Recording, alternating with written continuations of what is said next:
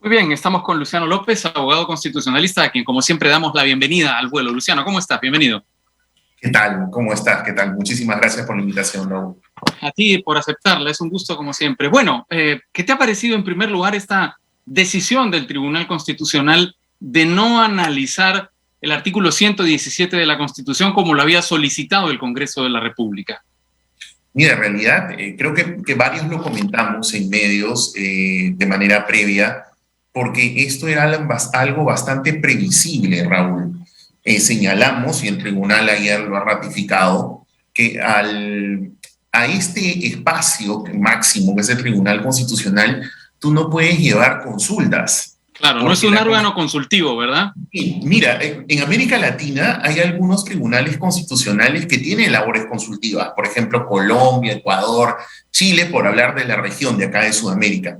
Pero el Tribunal Constitucional peruano, desde 1979 que se trajo el modelo, no se le dieron facultades consultivas. Entonces, tú no puedes llevar un caso en consulta que no tenga relación directa con lo que se llaman este tipo de procesos. Entonces se llaman conflictos de competencia. Tiene que haber un conflicto. Sí. Si no hay un conflicto, tú no puedes llevarle el caso. Y eso es lo que ha dicho ayer el Tribunal Constitucional. Ahora, el Congreso trató de disfrazar la consulta dentro de una demanda de competencial, de todas formas, ¿no? No le salió la jugada. Que tiene con el Poder Judicial. Exacto, sí. Y que no tenía ningún tipo de conexión. Es más, el propio tribunal se lo ha dicho ayer. O sea, le ha dicho en la resolución, en buen cristiano, elegantemente le ha dicho, oye, no me disfraces el tema, ¿no? O sea, tú tienes un asunto competencial que, ok, yo te lo estoy admitiendo, lo voy a revisar, pero esto de acá no tiene ninguna conexión. Ahora, si hay, como dicen ustedes, los periodistas, hay una pepa que es interesante, que es el fundamento 46, Raúl. Porque ahí está diciendo textualmente, cada órgano público debe desarrollar sus competencias de acuerdo con el marco constitucional e interpretará autónomamente el alcance de las disposiciones de la norma fundamental que se refieren a ellas. O sea, ¿qué le está diciendo el cristiano? Congreso, si la Fiscalía de la Nación te ha planteado un tema interpretativo, tú resuélvelo, porque tú tienes facultades de interpretación. Por eso es que en este fundamento 46 le dice, solo cuando se alegue que en tal tarea, o sea, en la interpretación constitucional, se ha afectado o menoscabado las atribuciones de otro poder u órgano constitucional, se podrá plantear la demanda competencial. O sea, le está diciendo, el buen cristiano, oye, mira, si tu Congreso, tú haces una interpretación constitucional y tú al momento de hacer la interpretación constitucional menoscabas las atribuciones de algún poder del Estado, ese afectado me podrá traer el caso a mí. Traducido al español, Raúl, le está diciendo, oye, si tú aceptas lo que te está planteando la Fiscalía, entonces el Poder Ejecutivo podría traerme el caso a mí. Y más bien, y a la inversa, si tú no le aceptas lo que te plantea la Fiscalía y la Fiscalía considera que le estás afectando sus atribuciones por esa interpretación negativa que has hecho, bueno, entonces él me podrá traer el caso. Por eso es que es bien importante, me parece, e ilustrativo para los curiosos, fundamento 46 de la resolución que ayer emitió el Tribunal Constitucional, lo cual ayuda a despejar un poco la diversidad de opiniones entre los colegas que han venido opinando, vale la redundancia, en días anteriores, que dicen que el Congreso no lo puede hacer, que la Fiscalía de la Nación le ha planteado algo que no se puede. Bueno, a ver, ahí hay por eso les digo, revisen el fundamento 46, porque está diciendo, en buen cristiano, lo que por ejemplo yo publiqué en un artículo en El Comercio este domingo. Sí. Congreso, no rehuyas a tu chamba. Si tú estás de acuerdo con ese planteamiento de la Fiscalía, bien. Si no estás de acuerdo, recházalo. Pero es tu trabajo, tú lo tienes que hacer. De acuerdo, para usar una frase del criollo profundo que le encantaba a Bedoya, el Tribunal Constitucional le ha dicho al Congreso que no le puede quitar el poto a la jeringa. Bueno, sí, en buen cristiano es eso, le está diciendo, oye, haz tu trabajo. O sea, si tú en tu trabajo afectas las competencias de uno de estos dos, en buen cristiano le está diciendo eso, bueno, entonces el afectado, sea el Ejecutivo o sea la Fiscalía de la Nación, porque los dos son órganos, uno es poder público. Y uno de los dos perderá en la interpretación del Congreso. Uno de los dos va a perder, pero la chamba es el Congreso. Eso demuestra lo que muchos juristas han estado diciendo, no, eso no lo puede hacer el Congreso, allá no lo puede hacer, ahí está el Tribunal Constitucional está diciendo que sí lo puede hacer. Por supuesto que lo puede hacer, o sea, lo que pasa es que a alguien va a afectar, al que lo afecta. Ahora, es curioso, ¿no? Es curioso, Luciano, porque el Congreso dice que no puede emitir opiniones consultivas y en la práctica esto es una opinión consultiva. Podría tener el efecto, porque en realidad, ¿qué está haciendo la Fiscalía de la Nación? La Fiscalía de la Nación ya terminó su trabajo, sí, al menos en una primera etapa, y hasta ahí ya no puede avanzar, ¿no es cierto? O sea, ya terminó su investigación preliminar, ha formulado una denuncia constitucional porque quiere continuar, y claro, tiene el tope, tiene la valla del 117, y ojo, señores, a todos los colegas que están diciendo que la Fiscalía ha pedido inaplicar el 117, no es cierto, Raúl. Página 375 de la denuncia le está diciendo, señores del Congreso, ustedes interpreten el 117 conforme a la Convención ONU contra la Corrupción. Que esté equivocado o no, ese es otro rollo, eso tendrá que decidirlo el Congreso. Por eso es que la chamba es del Congreso y este Fundamento 46 lo está ratificando. Se está diciendo, tu Congreso decide. Si tú en esa decisión afectas a alguien, le pisas los callos a alguien, y ese alguien es un poder público o es un órgano constitucional, ellos sí pueden traerme el caso a mí, pero ya me lo plantean como un conflicto, porque ahí ya habría un conflicto, pues. Ahora, lo que pasa es que no tenemos la tradición de que órganos más allá del Tribunal Constitucional se dediquen a la sofisticada tarea de interpretar la Constitución. No es habitual que el Congreso se dedique, aunque por supuesto todas las leyes desarrollan la Constitución finalmente, ¿no? Pero no es habitual que el Congreso se dedique exprofesamente a interpretar la Constitución. De hecho, no es habitual tampoco el control difuso.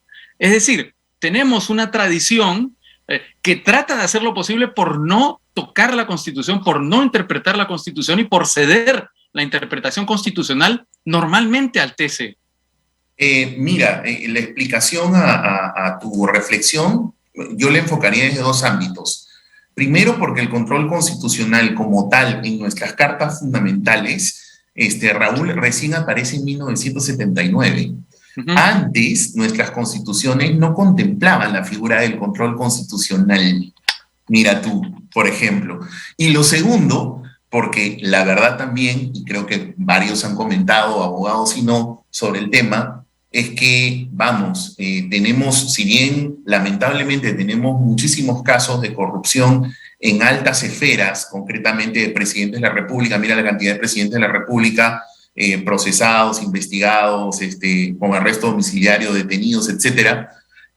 Lamentablemente la Constitución del 93 no se puso en el supuesto concreto, pese a los antecedentes, de que un presidente de la República pueda cometer graves delitos de corrupción. Y entonces el 117 tiene un problema, ¿no? Detengámonos en ese punto, porque es bien interesante de todas formas el debate que se tradujo en el artículo 117. En el debate los constituyentes parece que sí se ponen en ese supuesto, y al momento de hacer el balance entre lo que conviene y no conviene, optan por la forma más restrictiva y más protectora del presidente. Sí, lamentablemente sí, y mira, desde 1993, más allá de la posición del constituyente, tienes que cuando cae el Fujimorato, en el año 2004, el Perú se adscribe a esta Convención de las Naciones Unidas contra la Corrupción. Y técnicamente hablando, desde ese momento, el Perú tendría que haber reformado el 117 para adecuarse a la Convención. Eso es en realidad lo que ha debido suceder, lo que debería suceder. Esa es tu interpretación, ¿no? Porque otra interpretación es que más bien el convenio se acomoda a la Constitución y a la tradición jurídica del país. Esa es la lectura, digamos, directa del artículo cuarto, me parece. Del artículo 30, capítulo numeral 4. 30.2 de la Convención. Número 2, exacto. Sí, claro. Lo que pasa, Raúl, es que frente a la situación de que el 117 te coloca ahí una valla, claro, como lo hemos planteado varios, y la fiscal de la Nación ha hecho eco de eso y ha dicho, bueno, señores del Congreso, interpreten el 117 conforme al 30.2. Mira, yo escuché una entrevista bien interesante que le hizo César Azabache a Samuel Abad. Y Samuel Abad, por ejemplo, lo que decía, algo que además, paréntesis, es cierto, es que el Tribunal Constitucional desde hace varios años, no desde ahora, desde hace varios años en su jurisprudencia ha dicho de que el principio de lucha contra la corrupción es un principio constitucional. Entonces Samuel Abad lo que decía es, probablemente ni siquiera tendríamos que irnos hasta la convención, sino que interpretar el 117 conforme a ese principio constitucional para decir, ok, entonces no solamente los 4 supuestos, sino también los delitos contra la corrupción, y ahí la convención como que entraría a fortalecer una posición interpretativa de esa naturaleza. Me parece muy interesante su planteamiento. Sí, ahora... Es más, hasta no estaría en desacuerdo. Lo que sí queda claro es que tenemos que estar en la danza de las interpretaciones porque el constituyente no hizo bien su trabajo y después del constituyente, una vez celebrada la convención, ningún legislador tampoco lo hizo. Hay que señalar eso. Exactamente, es una omisión posterior, digamos, a la caída del fujimorismo. Ningún congreso quiso asumir esta obligación, lo que nos pone en un predicamento permanente, que es que la salida del presidente siempre depende de una interpretación constitucional, lo que lo vuelve hasta cierto punto complejo, sinuoso. No es una salida limpia, directa, registrada en la Constitución. Yo conversé totalmente de acuerdo. El problema es que, como tú lo acabas de decir, frente a la omisión, al menos literal, de la Constitución, tenemos que acudir a este tipo de interpretaciones para hacerle frente a una situación, vamos, casi insostenible con todo lo que vemos en el gobierno de Castillo. Ese es un tanto el problema y el dilema, ¿no? Sí, de acuerdo. Ahora, yo conversé ayer con Walter Albán, otro ex defensor del pueblo, que habló también de las alternativas para salida de la actual crisis que estamos viviendo, y él era de la idea de que hay un camino que es limpio, constitucionalmente no supone interpretaciones, que es una reforma constitucional con un referéndum para adelantar las elecciones. Solo faltarían 66 votos y la convocatoria de un referéndum. ¿No ese es el camino más directo, más limpio, que necesita, digamos, que supone menos trabas para salir del entrampamiento en el que se encuentra nuestro país? Mira, yo en lo personal no estaría en desacuerdo con Walter para nada, pero sí agregaría algo que creo que es indispensable. Creo que requerimos también consultar en referéndum un paquete de reformas mínimas, Raúl, porque el problema de ir a un adelanto de elecciones, que en principio como ciudadano te diría, oye, yo no estoy en desacuerdo, no está en desacuerdo, esta situación es insostenible, de ambos, tanto del Congreso como del Ejecutivo, pero el problema que tenemos es que como en realidad el fondo del asunto es que ¿cómo hacemos para que dejen de seguir postulando condenados por delitos de corrupción? ¿Cómo hacemos para tratar de solucionar estos problemas de falta de representatividad de quienes pasan a segunda vuelta? Es decir, hay algunos ajustes mínimos en la Constitución que creo que tendríamos que hacerlo y aprovechar que sean consultados en referéndum para tratar en algo de reducir prácticamente la repetición de un libreto que seguimos dando vueltas en los últimos años, porque adelantar las elecciones sin reformas no nos garantiza que los próximos parlamentarios o presidentes sean más de lo mismo, ¿no? De acuerdo, entonces, pero con franqueza, como están las cosas ahora, eso que me parece necesario, me parece que es mucho pedirle al actual Congreso. Mira, es bien difícil, por eso es que también, Raúl, creo yo, bueno, yo soy parte de como muchos ciudadanos y más de 200 organizaciones de la llamada Coalición Ciudadana, que somos varios colectivos y ciudadanos que estamos colaborando allí. Pensamos seriamente que en realidad, mira, hay una ley de gobierno digital desde el año 2018, RENIEC, que está esperando para facilitarnos a los ciudadanos la posibilidad de usar nuestros derechos políticos a través de los entornos digitales, porque eso nos permitiría a ti y a mí tratar de generar el derecho de iniciativa legislativa en castellano, de presentar proyectos de ley para forzar luego algún tipo de referéndum ciudadano sin necesidad de las vallas y obstrucciones que nos puede colocar el Congreso de la República. Eso nos permitiría, porque te das cuenta que hasta ahora, cada vez que queremos hacer, por ejemplo, un proyecto de ley los ciudadanos, tenemos que estar recogiendo firmas físicas en entornos digitales. Es demencial, una locura. Tú sabes que esa llave la tiene RENIEC. Y no necesita ley, porque la ley existe, ley de gobierno digital del año 2018. Es Bueno, una está complicada, Reiniec, ¿no? ¿no? Está complicada, Reiniec, ahora que se le muere a la gente que está viva.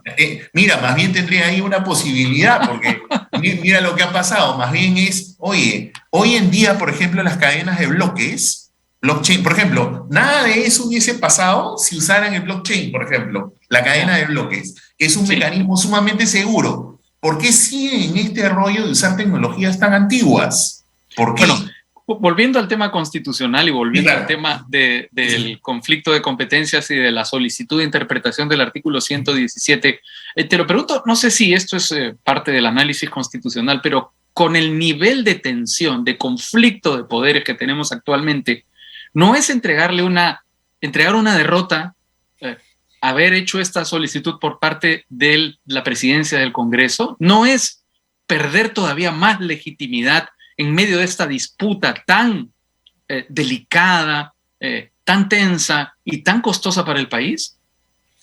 Es una forma de mirarlo, Raúl. Podría decirte sí, y también es una oportunidad, porque creo que también es una oportunidad de decir, ok, el tribunal, por eso decía el fundamento 46, ¿no? El tribunal me ha dicho que, ok, que es mi chamba, que es mi labor. Ok, la voy a asumir. Y voy a tomar una decisión. Porque la decisión que tome, ahora sí podría llegar al tribunal. Claro. ¿No? Entonces, yo como lo veo, una forma de mirarlo es como lo estás planteando y no te falta razón. Pero también es como lo asuman ellos, lo podrían asumir como una oportunidad. Y más bien comunicar a la opinión pública, decir, bueno, el tribunal acaba de decir esto, perfecto, voy a seguir lo que dice el tribunal y voy a asumir mi labor, cualquiera que sea la decisión. Y el que se sienta afectado, bueno, que lleve el caso al tribunal. Y se acabó el asunto. El propio tribunal te está dando la pista. Por eso es que me parece tan relevante, por ejemplo, el fundamento 46, que creo que puede ser sumamente útil para tratar de desenredar este tema. Lo ideal sería una reforma, Raúl, es lo ideal, lo más limpio. Sí, claro, es lo más limpio. Pero claro, ellos también pues no quieren hacer su trabajo. Por eso lo que digo es, quizá es una oportunidad, porque de mérito es, pero la oportunidad es que ellos hagan política y la vean de esa manera. De acuerdo, Luciano López, constitucionalista, como siempre, muy interesante tus conceptos en torno a lo que está ocurriendo desde el análisis del constitucionalismo. Un gran saludo, hasta pronto. Igualmente, Raúl, un gran abrazo, nos vemos.